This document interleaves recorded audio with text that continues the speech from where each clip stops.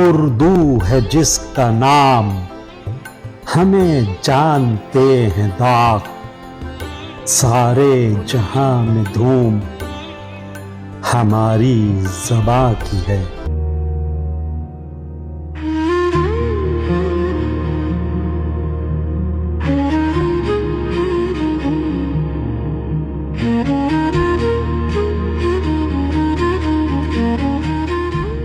قرۃ العین حیدر، آگ کا دریا اور محمود فاروقی۔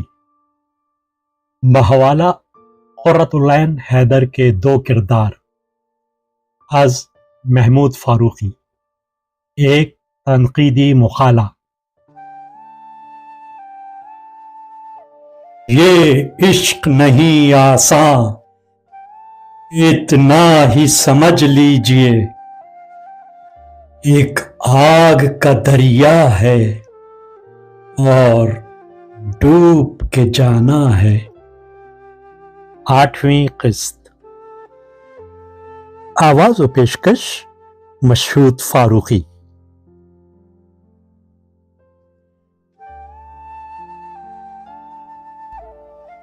قرۃ العین حیدر کے دو کردار۔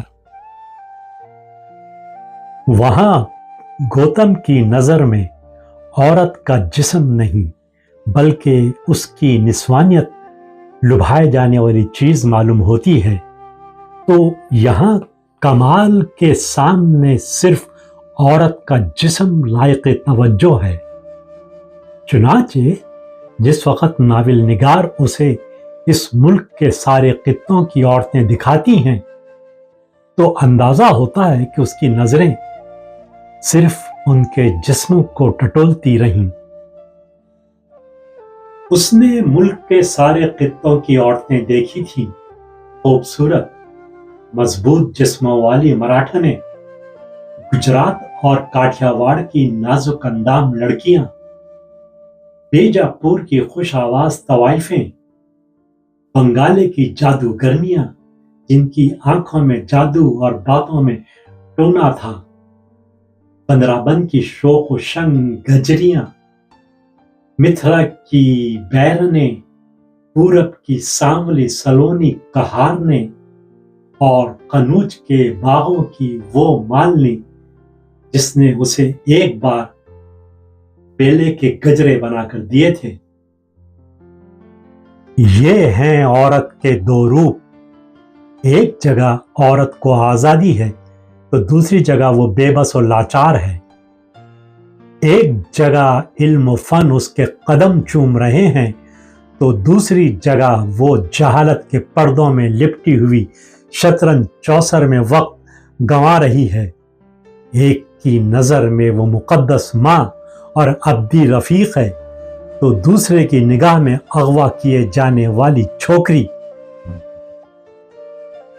ایک طرف اس کی نسوانیت کے اسرار و رموز سے نظریں جلا پا رہی ہیں تو دوسری طرف اس کے جسم کے پیچ و خم میں نگاہیں الجھ الجھ کر کجلا رہی ہیں۔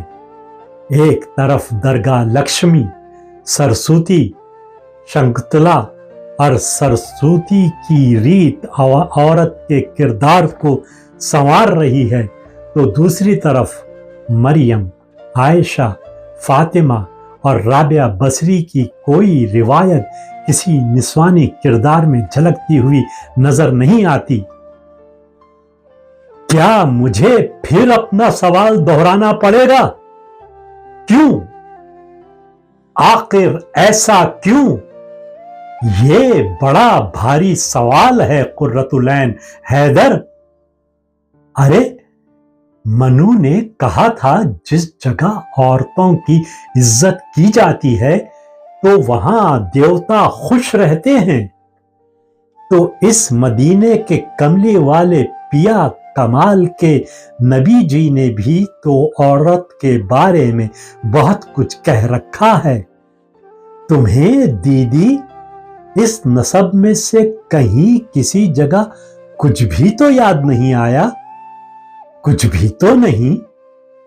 ان کی باتیں بہت دور کی تھیں تو قریب کی یہ بات بھی یاد نہیں آئی کہ جس وقت کمال کے پہلے پیش رو محمد بن قاسم کو دیبل سے واپس جانا پڑا تو دیبل کی درگاہ سرسوتی، شکنتلا اور سیتا اسے رو رو کر رخصت کرنے لگی تھیں۔ تم مانو نہ مانو، انہیں بلا شبہ یہ یقین ہو چلا تھا کہ ان نظروں کو جھکا کر چلنے والے توحید پرستوں کی عملداری میں عورت وراثت میں آنے والی جائیداد منقولہ نہیں بلکہ وراثت میں حصہ پانے والی برابر کی حقدار ہے۔ کچی عمر میں کسی بڈھے کے پلے باندھ کر جیون بنانے اور پتی دیو کے مرنے پر اس کی چتا میں جل مرنے کے مقابلے میں انہیں یہ بات کتنی انوکھی، کتنی آشاؤں بھری معلوم ہوتی تھی کہ پسند نہ آنے پر مرد سے قلا لینے کے لیے عورت قاضی کے ہاں جا سکتی ہے، اور شوہر کے مرنے پر ستی ہونے یا سر مڑا کر رنڈاپا گزارنے کے مقابلے میں کسی دوسرے ڈھپ کے آدمی سے نکاح کر لینے میں کتنا آنند اور سکھ ہے۔ آئلی قوانین کا تقابلی مطالعہ کرنے والے بیلاگ نقاد کیا تمہارے چلتے ہوئے فقروں کی موج میں آ کر کمال کی ان پشتنی روایتوں کو آگ کے دریا میں جھونک دینے کو تیار ہو جائیں گے؟ ذرا تو سوچا ہوتا۔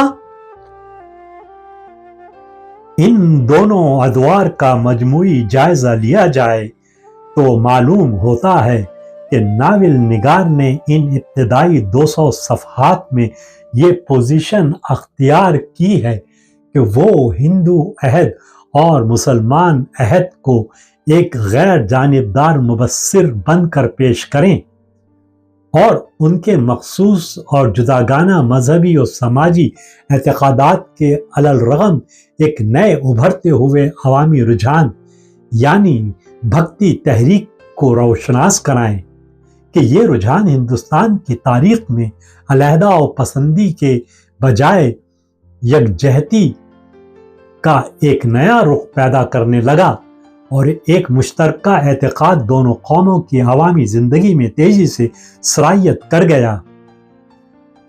لیکن کیا وہ اس غیر جانبداری کو پوری طرح نبھا سکی ہیں؟ یہی وہ سوال ہے جس پر ان کی فنی دیانت اور خلوص کو پرکھا جا سکتا ہے۔ بے لاگ تبصرہ کرنے والے اوپر بیان کردہ تقابل کو پیش نظر رکھیں تو ان کو بڑے افسوس کے ساتھ یہ تسلیم کرنا پڑے گا کہ ایسا نہیں ہوا۔ ان کے فن کی ترازو کا پلڑا واضح طور پر ایک جانب جھکا ہوا ہے۔ چنانچہ دونوں تہذیبوں کی ترجمانی جس جس عہد سے کی گئی ہے وہاں تقابل برابر کا نہیں ہے۔ ہندو عہد کے لیے چندر گپت موریہ کا زمانہ منتخب کیا گیا۔ یہ زمانہ آرین تہذیب کے انتہائی عروج کا زمانہ ہے۔ شمال میں چھوٹی چھوٹی ہندو ریاستیں گپت خاندان کی عظیم الشان سلطنت کا جز بن چکی ہیں۔ وسط ہند سے انتہائی جنوب تک دکن میں کلنگا خاندان کی زبردست عملداری ہے، اور پورے ہند میں ہندو تہذیب کے سارے شعبے منظم و مربوط ہو چکے ہیں اور اس کی گرفت پورے ملک پر ہے۔ مسلمان عہد کے لیے اس کے مقابل کا کوئی تہذیبی دور ہو سکتا تھا تو وہ اکبر، شاہجہاں یا اورنگزیب عالمگیر کا دور ہو سکتا تھا۔ اکبر کا زمانہ تو نظریاتی اعتبار سے قرۃ العین حیدر کے لیے بڑا موزوں زمانہ تھا، کیونکہ ان کے بھکتی مارگ پر اب صرف فقیر اور چنڈال ہی نہیں، شاہی قافلہ بھی دین الہی کا پرچم کھولے رواں دواں تھا۔